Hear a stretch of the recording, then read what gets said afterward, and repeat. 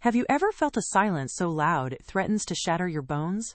Have you ever lived a life so beautiful on the outside that no one would ever believe the decay on the inside? My story begins in a place like that. A beautiful house with a beautiful husband and a beautiful lie. But this isn't a story about the end of a marriage. It's about the moment I chose to live. It's about a leap. A desperate, terrifying, life-saving leap over a splintered wooden fence in the dead of night. It's about what it takes to run when you have nothing, and how you build an empire when all you have left is the rubble of who you used to be. It didn't start with a cage. It started with a promise. The kind of promise you see in movies, whispered across a candlelit table, sealed with a ring that felt as heavy as a future. His name was Michael, and he was everything a woman is taught to want. He was charming, with a smile that could disarm armies, and a way of looking at you that made you feel like you were the only person in the world. Our love story was a masterclass in perfection. We had the sprawling suburban home with the manicured lawn and the white picket fence, a fence that would, in time, become the wall of my prison. In the beginning, his attention was a warm blanket. He loved to hear about my day. He celebrated my small victories at the small art gallery where I worked. He encouraged my painting, even setting up a small studio for me in the sunroom. An artist needs her light, he'd said, and my heart swelled. I was seen. I was cherished. The first few years were a blur of dinner parties, where our friends would sigh and say, "You two are the gold standard." Of weekend trips to wine country, of building a life that looked exactly like the American dream. But a gilded cage is still a cage, and the bars aren't built overnight. They are forged slowly, link by link, with words that sound like love. It started with my job. That little gallery is sweet, honey, but the hours are so demanding on you. You're exhausted. Why don't you take some time off? We don't need the money. I can take care of you. It sounded like a gift, a gesture of profound care. So I quit, and the first bar clicked into place. Then it was my painting. I'd be lost in a canvas, covered in cerulean blue and burnt sienna, and he'd walk in, his smile just a little tight. "Another one? That's great. But the house is a bit of a mess, and I had a really tough day at the office." The unspoken message was clear. My passion was an inconvenience. My time was better spent curating his comfort. So the easel gathered dust in the corner of the sunroom. The light he'd insisted I needed was now just empty space. Another bar. My friends were next. A lunch that ran too long, a phone call filled with too much laughter. "Don't you think Sarah's a little dramatic? I just worry she brings you down." Or, "You always come back so wound up after seeing them." I just want to protect our peace. He wasn't forbidding me from seeing them. He was a master of suggestion, planting seeds of doubt that made me second-guess my own relationships. It became easier to make excuses, to say I was busy, than to face the quiet disapproval when I came home. The calls became less frequent. The texts went unanswered. The world, once so wide, began to shrink to the four walls of our beautiful home. His control was an art form, subtle and insidious. It wasn't in fists and angry shouts. It was in the slow, methodical erosion of my soul. It was in the way he would correct my telling of a story at a dinner party. No, that's not how it happened," smiling at our guests as he rewrote my memory. It was in the way he managed our finances, giving me an allowance as if I were a child, every purchase scrutinized. "Another pair of shoes? Was that really necessary?" My voice grew smaller and smaller until it was just a whisper, and then silence. I became a ghost in my own life. I moved through the beautifully decorated rooms. I cooked gourmet meals in the state-of-the-art kitchen. I smiled serenely at his work functions. A perfect accessory to a perfect man. I was an actress playing the part of a happy wife, and I had forgotten what my own lines were supposed to be. The woman in the mirror became a stranger. I'd look into my own eyes and see nothing. A hollowed-out version of a girl I once knew. The spark was gone. The light was out. The cage was complete. It was beautiful, it was comfortable, and it was suffocating me one silent, polite, perfectly manicured day at a time. There's a point you reach when the quiet desperation becomes a constant, low hum beneath the surface of your life. It's the soundtrack to you making coffee, to you folding laundry, to you staring out the window at a world that feels a million miles away. My rock bottom wasn't a dramatic, explosive event. It was a Tuesday afternoon. The sun was streaming through the pristine windows of the sunroom, illuminating the dust on my unused easel. The house was silent, as it always was. The only sound was the ticking of the grandfather clock in the hall, each tick a second of my life I would never get back. I was sitting on the floor leaning against the wall, and I felt a coldness that had nothing to do with the temperature of the room. It was a soul-deep cold, a hollowness so vast I felt like the slightest breeze could carry me away. For months I had been praying for a way out. I had prayed for strength, for courage, for a sign. But nothing came. The universe was as silent as my husband was when he was displeased. And in that profound, terrifying silence, a new prayer formed on my lips. It wasn't a conscious thought. It was a primal whisper that clawed its way up from the deepest, most desperate part of my being. I closed my eyes, and the words came out, barely a breath. Please, just let him die. The moment the words left my mouth, a wave of shame and horror washed over me. What kind of person wishes for that? What kind of monster prays for the death of her own husband? But beneath the shame, there was a flicker of something else. Truth. It was a raw, unflinching confession from a soul so thoroughly captive that it saw the death of its captor as the only key. It wasn't born of malice. It was born of an absolute, bone-deep certainty that I would never be free as long as he was alive. His existence was the lock on my cage, and my survival felt conditional on his demise. I had reached a place so dark that the end of his life felt like the only possible beginning of mine. I didn't repeat the prayer. I didn't have to.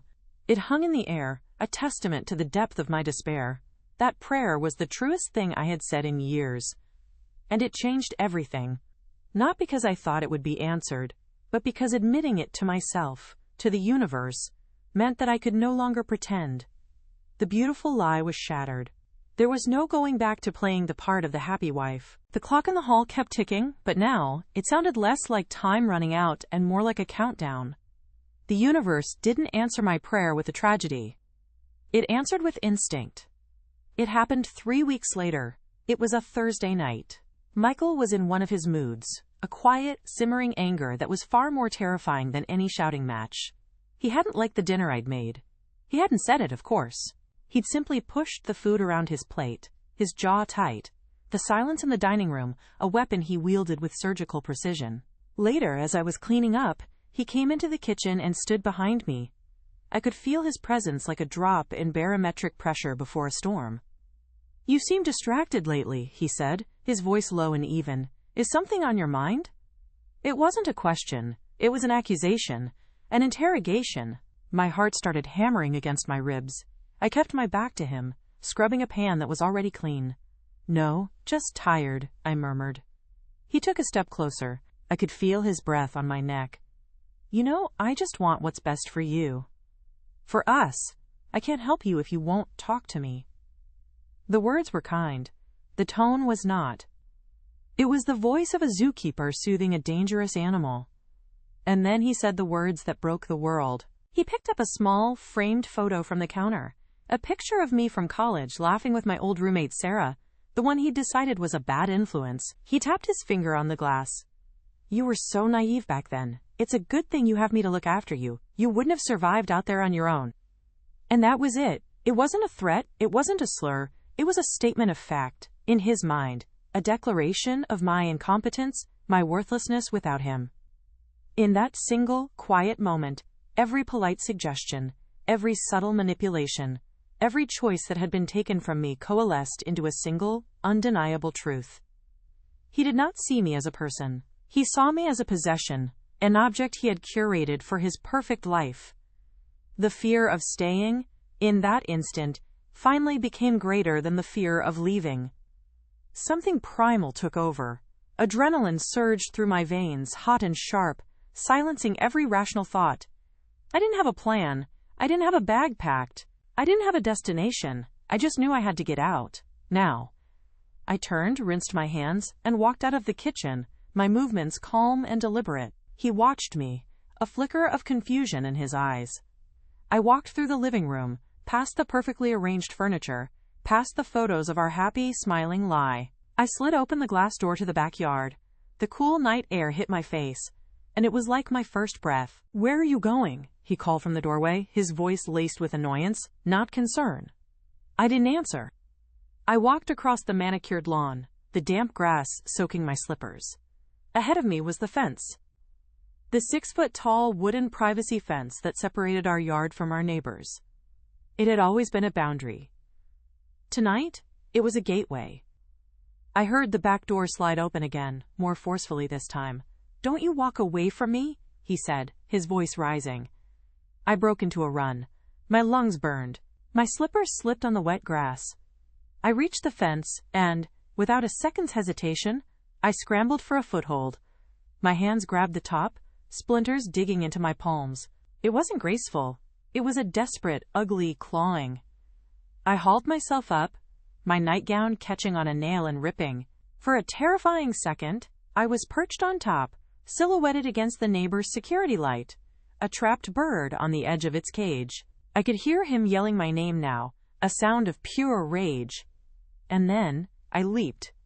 I didn't know what was on the other side. I just threw myself into the darkness, into the unknown. I landed hard in a thorny rose bush, the thorns tearing at my skin, the impact jarring my teeth. I lay there for a moment, stunned, gasping for air, the smell of damp earth and roses filling my lungs. The pain was sharp, but it was real. And for the first time in a decade, I felt alive. That leap wasn't just a physical act. It was the breaking point, the shattering of years of inertia. It was the moment I chose the terrifying, unknown hell of being alone over the perfectly decorated, soul-crushing hell I knew.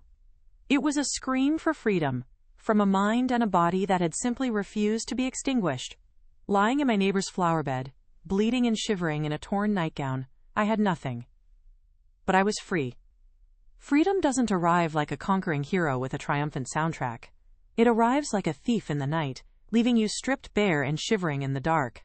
After the leap, after scrambling through my neighbor's yard and running down streets I had only ever driven through, I found myself at a 24-hour gas station, standing under the buzzing fluorescent lights. I had nothing. No phone, no purse, no shoes. I had lost my slippers somewhere on the flight. Just a torn, dirt-stained nightgown, and the thorns from a rosebush embedded in my arms and legs. The man behind the counter stared at me with a mixture of pity and suspicion. I used their phone to make the one call I could to my sister, 2 states away. The conversation was a blur of choked sobs and frantic explanations. She didn't understand, not really, but she heard the terror in my voice. She wired me money for a bus ticket. The days that followed were a cold, brutal education in what it means to have your identity erased. I was Mrs. Michael Thompson. My bank account was a joint account, which he had already frozen. My car was in his name. The house, our friends, our entire life. It was all his. I had willingly, lovingly handed him every piece of myself until there was nothing left that was just mine. The bus ride was a 22-hour journey through a landscape of shame and fear. Every time we stopped, I expected to see his car pull into the lot. I was a fugitive, but I hadn't committed a crime. My only crime had been disappearing. Living on my sister's couch, I began the gut-wrenching bureaucracy of divorce. The first lawyer I met with looked at me, a woman with no job, no money, and no proof of abuse. Because, how do you show a judge the bruises on your soul? And advised me to go back. "He's a respected man," the lawyer said. "You had a beautiful life. Are you sure you're not just being a little emotional?" I walked out of his office and threw up in the bushes. The judgment from my old life was swift and brutal. Friends I had known for years sent me texts, telling me I was ungrateful, that I was throwing away a perfect marriage. His family portrayed me as unstable, a drama queen who had manufactured a crisis for attention. The narrative he spun was perfect. His wife was having a breakdown, and he was the worried, long-suffering husband. The gilded cage had not only held me captive, it had convinced the whole world it was a castle. The first few months were a grind. I got a job waiting tables at a diner, the smell of grease and burnt coffee clinging to me like a shroud. I saved every single dollar, every tip. I found a tiny, run-down apartment above a laundromat. The first night I spent there, I lay on a mattress on the floor and listened to the rumble of the dryers below. I was completely and utterly alone, and it was the most terrifying and the most peaceful night of my life. There were so many failures. Days I couldn't get out of bed, paralyzed by depression. Nights I would wake up screaming from nightmares. Moments I would see a car like his and my blood would run cold. The rebuilding process wasn't a triumphant montage. It was a slow, painful crawl out of a deep, dark hole. But there were also wins. Microscopic at first. The first paycheck that was entirely mine. The taste of a cheap cup of coffee that I bought with my own money. The day I bought a set of secondhand canvases and cheap acrylic paints. I set up an easel by the single window in my tiny apartment. The first stroke of the brush felt like a homecoming. It was clumsy and unsure, but it was mine. I started therapy. Saying the words out loud for the first time. He controlled me. He erased me. Felt like breaking a spell. My therapist didn't try to fix me. She just gave me a safe space to find the pieces of myself that had been buried for so long. Slowly, painstakingly, I began to lay a new foundation. It wasn't built on a husband or a beautiful house. It was built on late-night shifts at the diner, on therapy sessions that left me raw and exhausted, and on the vibrant, messy, glorious colors I was finally putting back on a canvas. It was a foundation made of my own sweat, my own tears, and my own rediscovered strength. There is no fairy tale ending to a story like this. There is no happily ever after. But there is something far more real and far more powerful. There is strong forever. The woman who waited tables and cried herself to sleep on a mattress on the floor is not the woman I am today. But I carry her with me. I honor her struggle, because she is the one who did the hard work. She is the one who chose to live. My painting, which started as a desperate attempt to reclaim a piece of myself, became my voice. I painted my rage, my fear, my loneliness. I painted the darkness of the cage and the blinding, terrifying light of freedom. I started showing my work at local art fairs, my hands shaking as I put my soul on display for strangers. And people responded. They saw something in the raw, honest emotion of the canvases. One small sale led to another. A local gallery owner saw my work and offered me a small show. That show sold out. I used the money to rent a proper studio, a space with high ceilings and brilliant natural light. I started teaching workshops, helping other people find their voice through art. Today I own that gallery. It's not a massive empire, but it's mine. Every brick, every sale, every decision, it's built from the ashes of the life I escaped. It's an empire of my own making. Built not with someone else's money or permission, but with my own two hands. I look in the mirror now, and I see a stranger, but she is a stranger I am proud of. I see the fine lines around my eyes, etched there by laughter and by tears. I see the faint silvery scars on my arms from that rose bush, my battle scars. They don't remind me of him. They remind me of the moment I chose myself. I am not the woman who prayed for another's death. I am not the fugitive who scrambled over a fence in the dark. I am the architect. I am the woman who learned that her pain could be fuel, her fear could be a compass, and her loneliness could be the fertile ground for profound self-love. My story doesn't end with me finding a new love who saves me. It ends with me saving myself. It ends with the understanding that true strength isn't the absence of scars, but the beauty and the power you find in how you choose to wear them. The end of that story, the one about the perfect marriage, was just the prologue. My real story, my legend, began with a leap. It began the moment I realized that the most terrifying jump you will ever take is the one that finally teaches you how to fly. Before the bars of the cage were forged, there was a garden, and in that garden everything felt possible. It's funny, the human heart. It's so desperate to believe in a beautiful beginning that it often ignores the signs of a bitter end. My story with Michael didn't start with a warning. It started with a feeling I can only describe as coming home. We met at a dinner party. One of those dimly lit, sophisticated affairs in a downtown loft with exposed brick and floor-to-ceiling windows that looked out over the glittering city. The air was thick with the smell of roasted rosemary and expensive wine, and the sound was a low hum of intelligent conversation and clinking glasses. I was there with a friend from the gallery, feeling a little out of my element, more comfortable with paint-stained fingers than a cocktail glass. And then I saw him. He wasn't the loudest man in the room, or the most ostentatious. He was standing by the window, talking to the host, and he had this quiet confidence, a stillness that drew the eye. When he laughed at something the host said, it wasn't a performance. It was a genuine, deep sound that made you want to know what was so funny. He turned, and for a moment his eyes met mine from across the room. It wasn't a predatory gaze, not a pickup artist's scan. It was just a moment of connection, a spark. Later, he made his way over to me. I expected a tired pickup line, but that wasn't his way. "You look like you have a secret," he said, his smile gentle. "Like you know something the rest of us don't." My first impression was that he was a man who listened with his eyes. When I spoke, he wasn't just waiting for his turn to talk. He was watching my expressions, leaning in slightly, making me feel like my words about modern art and the challenges of a small gallery were the most fascinating things he had ever heard. He asked about my painting. Not just, "Oh, you paint, that's nice." He asked what I loved to paint. He asked what colors I was drawn to. He asked how it felt when a piece was finally finished. He was asking to see my soul, not just my resume. What attracted me was that feeling of being truly seen. In a world that often felt loud and superficial, he was a pool of calm, deep water. He was brilliant, a rising star at his finance firm, but he never made me feel small. He was driven, but he spoke about his ambitions in terms of building a life, a partnership. He radiated stability, kindness, and a strength that felt protective, not possessive. He was, in every way, the man I thought I had been waiting for, the man who could build a fortress for my heart, not a prison. Our courtship was a whirlwind of perfect moments, each one curated to feel like a scene from a movie. He wasn't just taking me on dates, he was creating experiences. Picnics in the park with a real basket and a checkered blanket. Spontaneous drives up the coast to watch the sunset, with the perfect playlist he'd made just for the occasion. He remembered the name of my favorite obscure poet and would leave a book on my doorstep.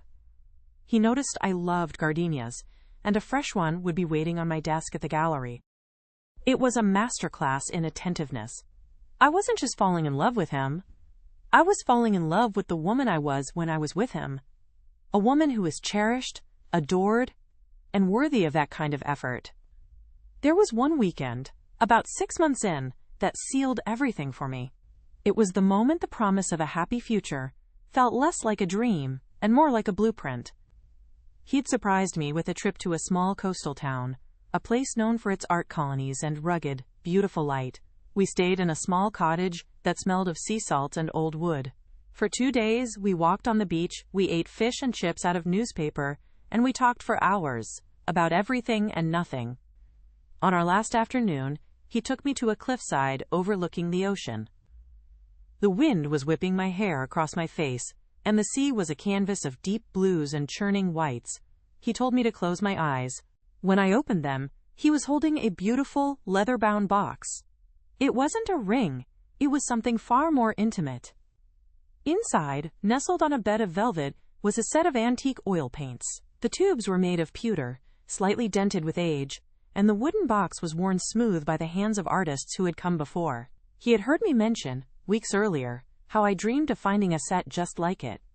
"An artist needs her light," he said, echoing the words he would use again years later for a very different reason. "And she needs the right tools to capture it. I want to build a life with you where you always have the space and the light to create whatever you want."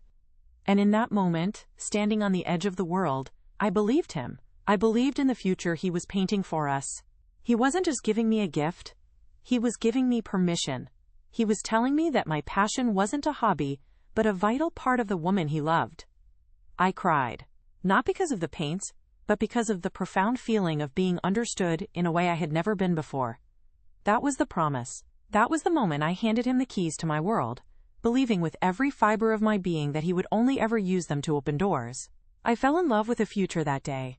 A future that felt as solid and as beautiful as the coastline stretching out before us. A beautiful, shimmering, perfect lie. The proposal came 3 months later, on the opening night of a small, juried show I'd gotten a piece into. It was the biggest moment of my fledgling career. My painting, a large abstract canvas of deep blues and furious golds called Unmoored, was hanging on the far wall. The gallery was buzzing with people, and I was a nervous wreck, smoothing down my dress and trying to sound intelligent when people asked me about my process.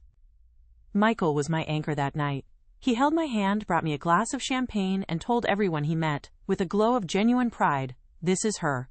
This is the artist." He made me feel like the most important person in the room.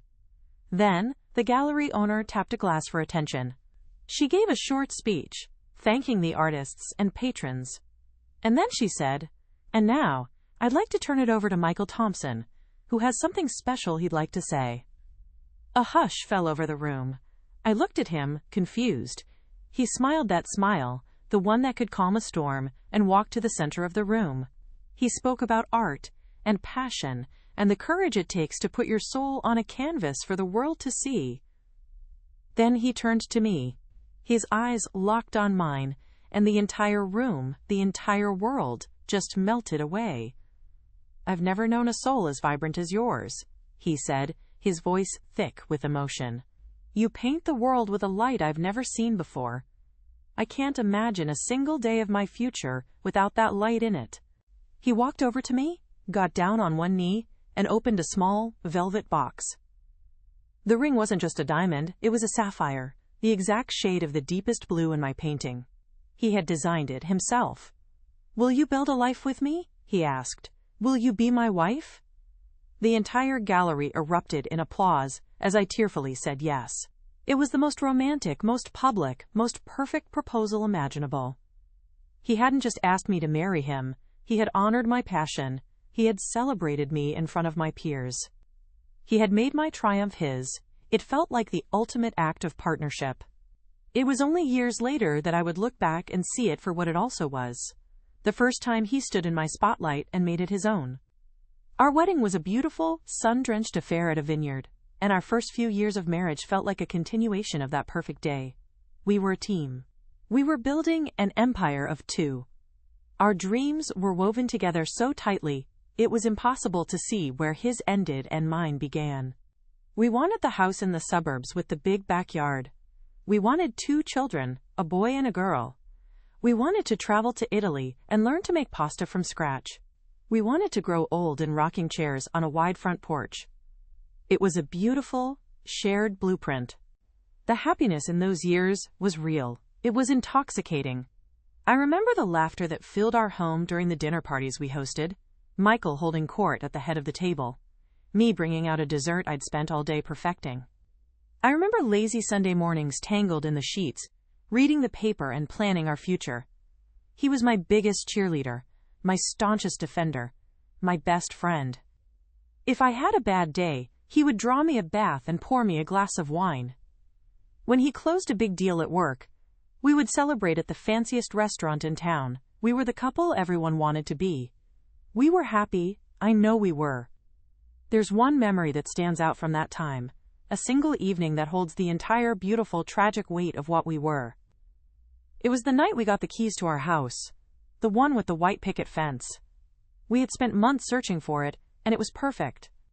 We closed on a Friday, and we couldn't wait for the movers to arrive the next day. That night, we went to the house with nothing but a bottle of champagne and a portable speaker. The house was completely empty. Our footsteps echoed on the hardwood floors, and the rooms were vast and full of shadows. We walked through every room, our hands clasped together, planning the life that would unfold there.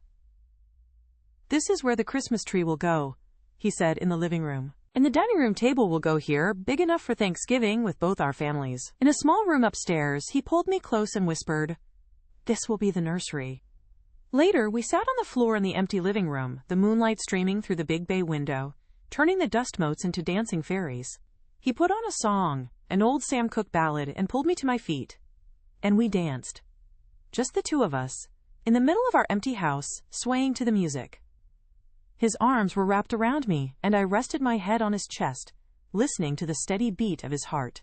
I felt a sense of peace so profound it was almost overwhelming. This was it.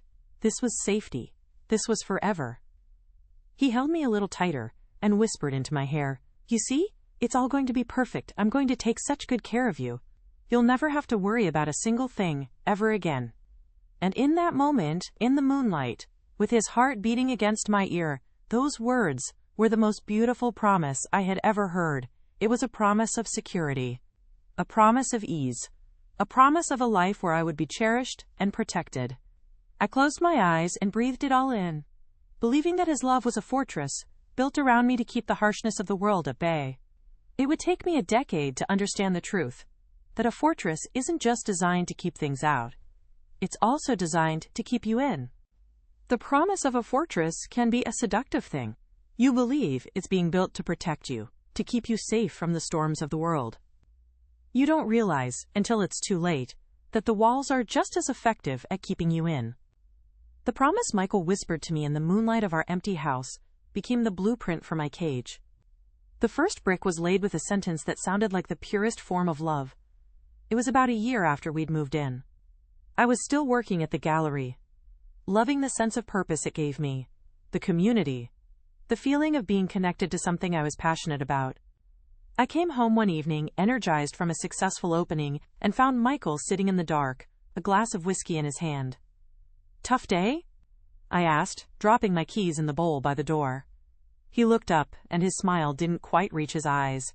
"Long one." "I was just sitting here thinking, you work so hard, honey. You're on your feet all day, dealing with difficult artists, demanding clients. You come home exhausted. And for what?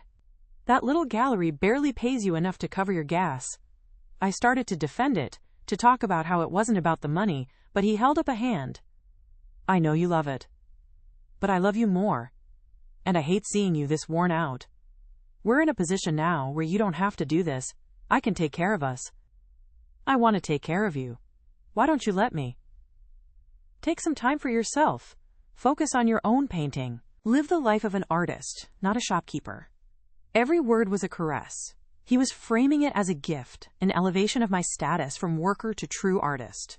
He was offering me a dream. It felt like the ultimate romantic gesture. So I quit. I wrote my letter of resignation, hugged my friends at the gallery goodbye, and walked into my new life as a full-time painter, supported by my loving, successful husband. For the first month, it was bliss. But then, a strange quiet began to settle in. The phone calls from my gallery friends dwindled. I had fewer stories to tell at the end of the day. My world, once full of deadlines and colleagues and the hustle of the city, was now confined to the four walls of our beautiful, silent house. With my job gone, my painting became my everything. It was my anchor, my purpose. The sunroom was my sanctuary. But soon, that came under attack too. It wasn't a direct assault. It was a war of attrition, fought with sighs and subtle gestures. I'd be completely lost in a canvas, the smell of turpentine filling the air, my hands and face smeared with paint, and he'd walk in from work. He would stand in the doorway for a moment, and the entire atmosphere would shift. "Hi, honey," he'd say, his voice perfectly pleasant. He'd walk over, kiss the top of my head, and glance at the canvas. "That's nice." Then he'd look around the room at the scattered tubes of paint, the dirty rags, the general creative chaos. "It's a lot in here, isn't it?" A small, tight smile. I had a hell of a day. I was just hoping to come home to a little peace and quiet. He never said stop painting.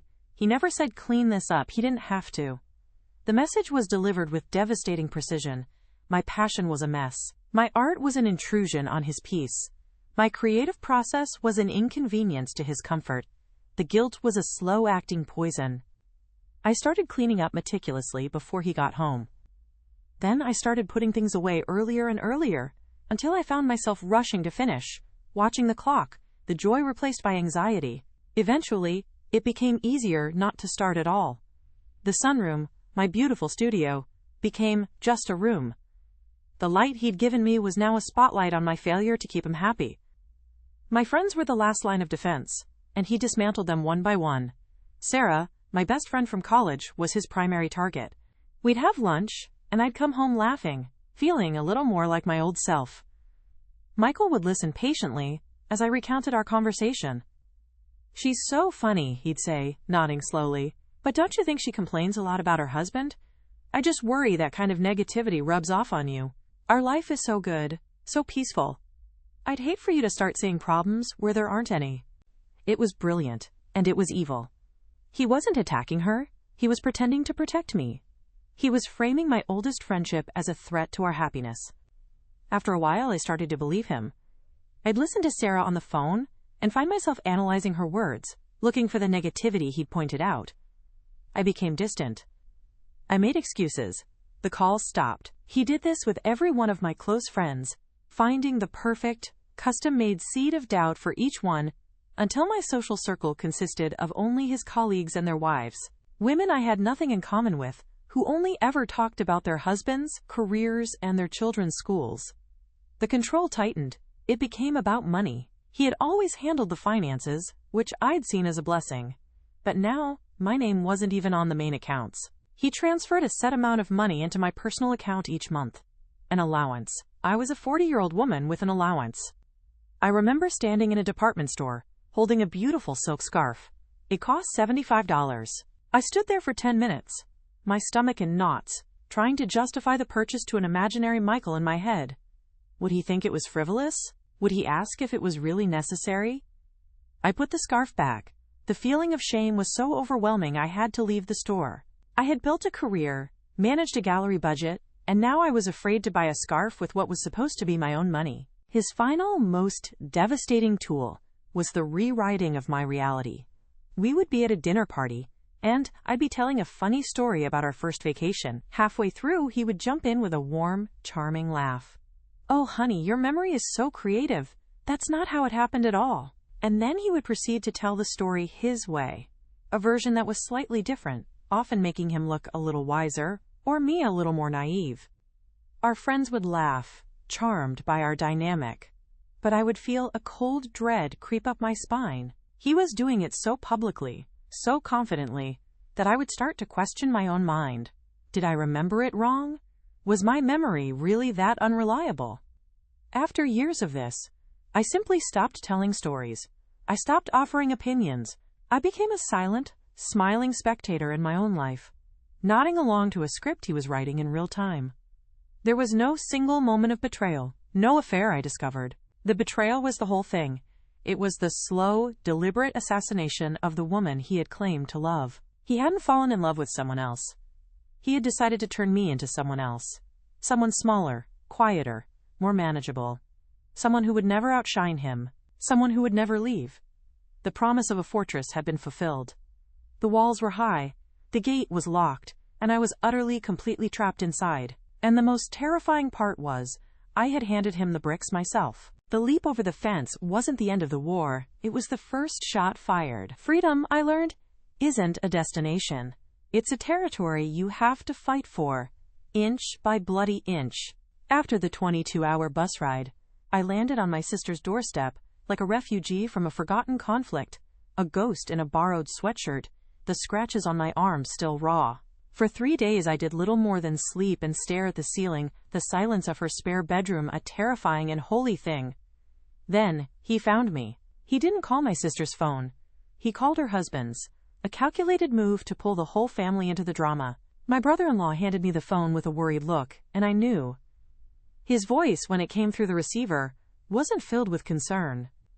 It was a low, controlled fury, the kind he used when a business deal was going south. "This little stunt of yours is over," he said, no hello, no preamble. "You've had your little fit, you've embarrassed me enough, I'm coming to get you tomorrow, be ready." It wasn't a request, it was an order. The same tone he used to tell me my painting was an inconvenience. The same tone that declared I wouldn't have survived without him. And in that moment, the fear that had been my constant companion for a decade was finally eclipsed by a cold, clear rage. The ghost in the borrowed sweatshirt sat up a little straighter. "No," I said. The word was small, but it felt like a gunshot in the quiet room. There was a pause on the other end. "What did you just say to me?" "I'm not coming home, Michael," I said, my voice gaining strength. "Not tomorrow. Not ever. I want a divorce." I said the word. Me. I had never imagined it, never dared to form the syllables in my own mind. Saying it out loud was like pulling the pin on a grenade. The silence that followed was deafening. Then came a sound that wasn't quite a laugh, more like a sharp, humorless bark. "A divorce? Don't be ridiculous. You're having some kind of breakdown. You can't divorce me. You have nothing. You are nothing without me."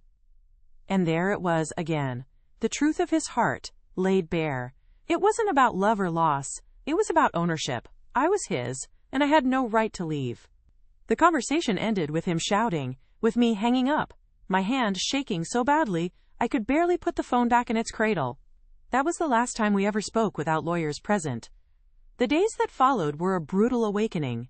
My decision to leave was treated not as an act of survival but as an act of insanity. Michael launched a masterful campaign.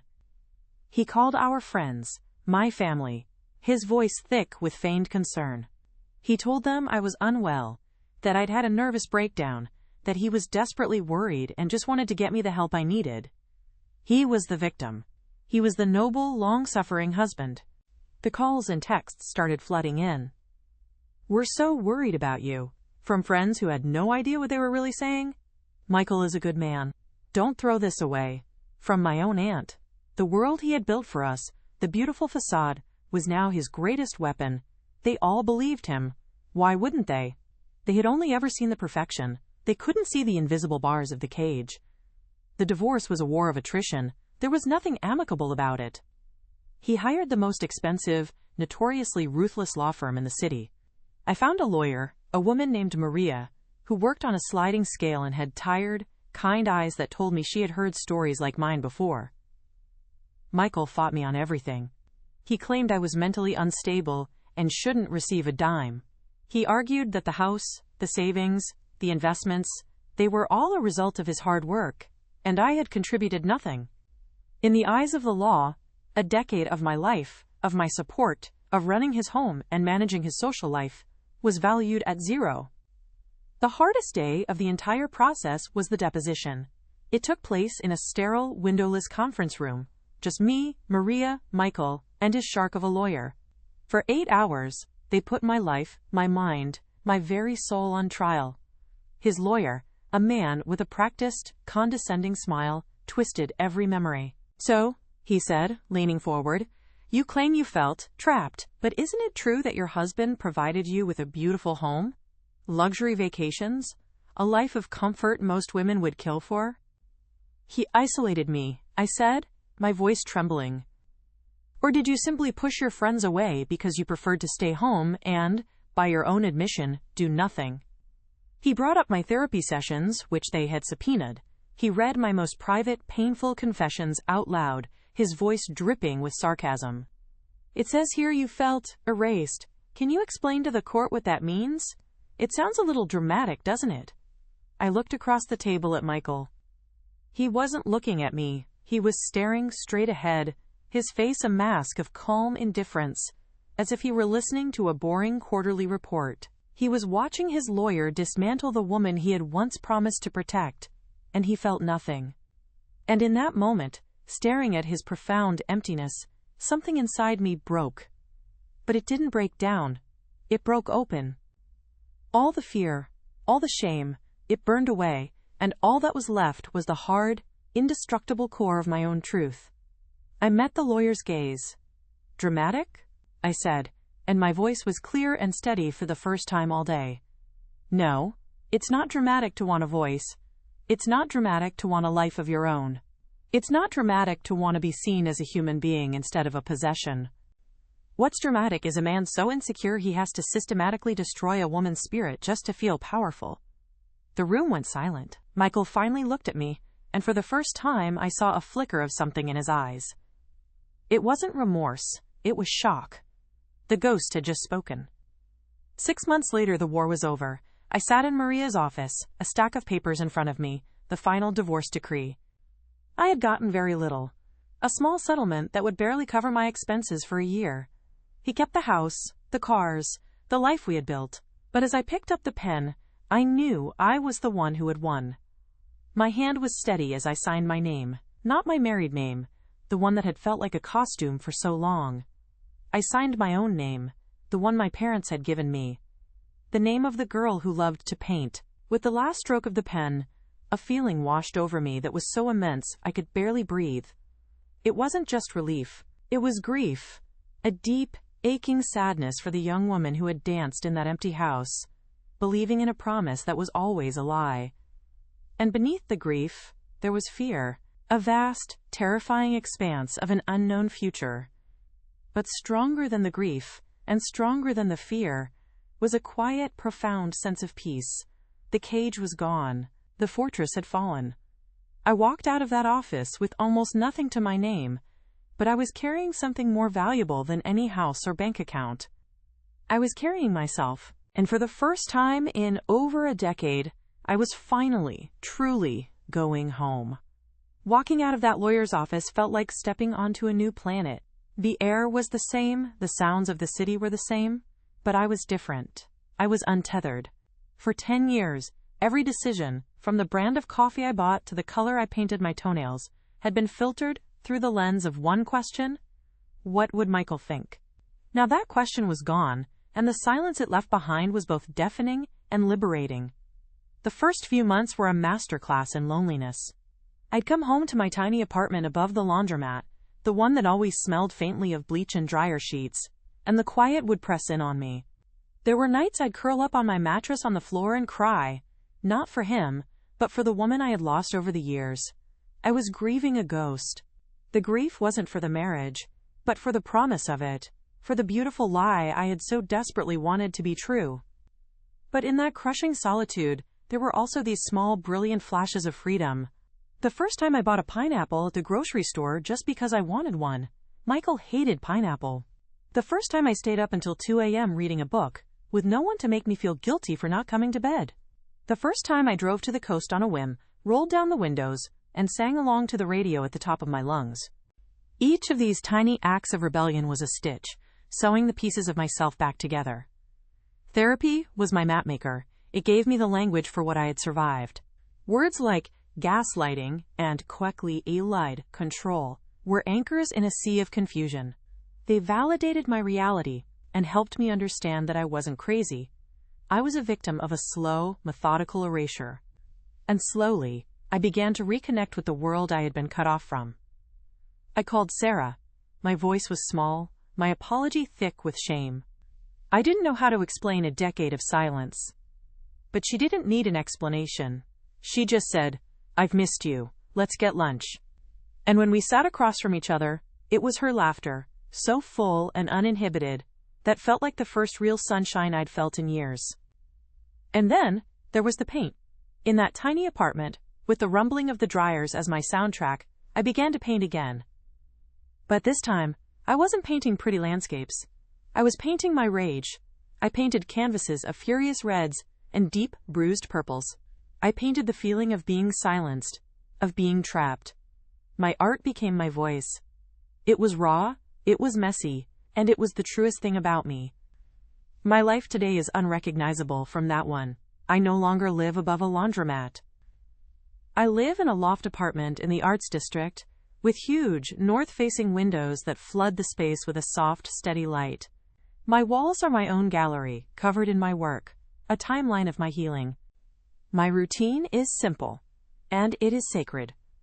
I wake up with the sun, I make coffee in a bright yellow mug, and I spend the morning in my studio, which is just down the hall. In the afternoons, I run my gallery, the one I built, the one with my name on the door. I've changed. The woman who was afraid to buy a scarf is gone. The woman who needed permission to have a voice is gone. I am quieter now, in some ways. But my silence is no longer born of fear. It's born of confidence. I learned that my sensitivity, the very thing Michael used to call a weakness, is actually my greatest strength. It's what makes me an artist. It's what allows me to connect with people. I learned that love should be a safe harbor, not a cage. A real partner doesn't dim your light so they can shine brighter. They bring their own light and you create a galaxy together. Have I forgiven him? That's a complicated question. I don't waste my energy on hate. Hate is a poison you drink hoping the other person will die. I have forgiven the universe. I have forgiven myself. For the years I spent being complicit in my own disappearance. I have accepted that the scars are part of my story. They are a map of where I've been, and they prove that I survived the journey. Forgiving him is irrelevant. My peace is not dependent on his apology. My freedom is my own. My future is a canvas that is still being painted. I am not looking for a man to complete me, because I am already whole. I am open to love, but I will never again settle for a love that costs me myself. My focus is on my work, my friendships, my community. It's on building a life so full and beautiful that it honors the woman who is brave enough to leap over that fence in the middle of the night. My empire isn't made of money or power. It's made of resilience, of authenticity, and of the profound, unshakable peace that comes from finally being free. If I could reach back through time, back through the years of silence and polite smiles, and speak to that woman sitting on the floor of her sunroom, the woman whose soul was so cold she prayed for death just to feel the warmth of freedom, what would I say to her? I wouldn't tell her to be brave, she was already brave. It takes a profound bravery to survive that kind of quiet suffocation, day after day. I wouldn't tell her to just leave, because I know the 1,000 reasons why she couldn't. The fear, the shame, the love that she still remembered, the hope that things might go back to the way they were. No. I would kneel on the floor beside her, there in the dust motes and the fading light, and I would whisper, "Listen. Listen to that tiny, humming sound beneath the surface of your perfect life. That isn't anxiety. That isn't you being emotional or dramatic. That is your instinct. That is the truest part of you, the part he has tried so hard to bury, and she is screaming for air." I would tell her, "You are not crazy for feeling erased. Your memories are real. Your feelings are valid. Your passions are not an inconvenience. They are your lifeblood. And your worth is not something that can be granted or revoked by the man who sleeps beside you. You were born with it. It is still there, under all the layers of his control and your compliance. It is waiting for you." I would tell her that the cage isn't her fault. It was built with promises that sounded like forever, and locked with words that sounded like love. And I would tell her that I know she is terrified. But there is one thing, and one thing only, that should terrify her more. The thought of waking up in that beautiful house, in that silent life 10 years from now, and not being able to remember her own voice at all. And if you are listening to this right now, and my story sounds like your story, if the silence in your home is so loud it hurts, hear me, I see you. I know the fear that paralyzes you. The fear of what comes next, the fear of being alone, the fear of not having enough money, the fear of what people will say. That fear is a wall. It feels solid and insurmountable. But a wall is just a wall. It is not your future. Your leap might not be over a 6-foot fence in the middle of the night. Your leap might be a whispered confession to a friend. It might be a call to a hotline. It might be quietly opening a bank account in your own name. It might be saying the word no and meaning it for the first time in years. Your leap is whatever that first terrifying, impossible step toward yourself is. And I won't lie to you, the other side is not easy. Freedom will feel like free falling at first. Rebuilding yourself from the rubble is the hardest work you will ever do. There will be days you think you made a mistake. There will be nights the loneliness is a physical ache. But you will also have something you don't have now, a chance. A chance to hear your own thoughts again. A chance to make a choice that is entirely yours. A chance to look in the mirror and see not a ghost, but a survivor. An architect. The journey from happily ever after to strong forever is not a fairy tale. It is a battle. But it is a battle for the only thing in this world that is truly yours, your own life. So listen to that whisper inside you, nurture it, let it grow into a roar. Because one day, you will reach the point where the fear of staying finally becomes greater than the fear of leaving. And on that day, you will take your leap. And it will be the most terrifying, most painful, most beautiful moment of your life. It will be the moment you stop falling. And you finally learn how to fly.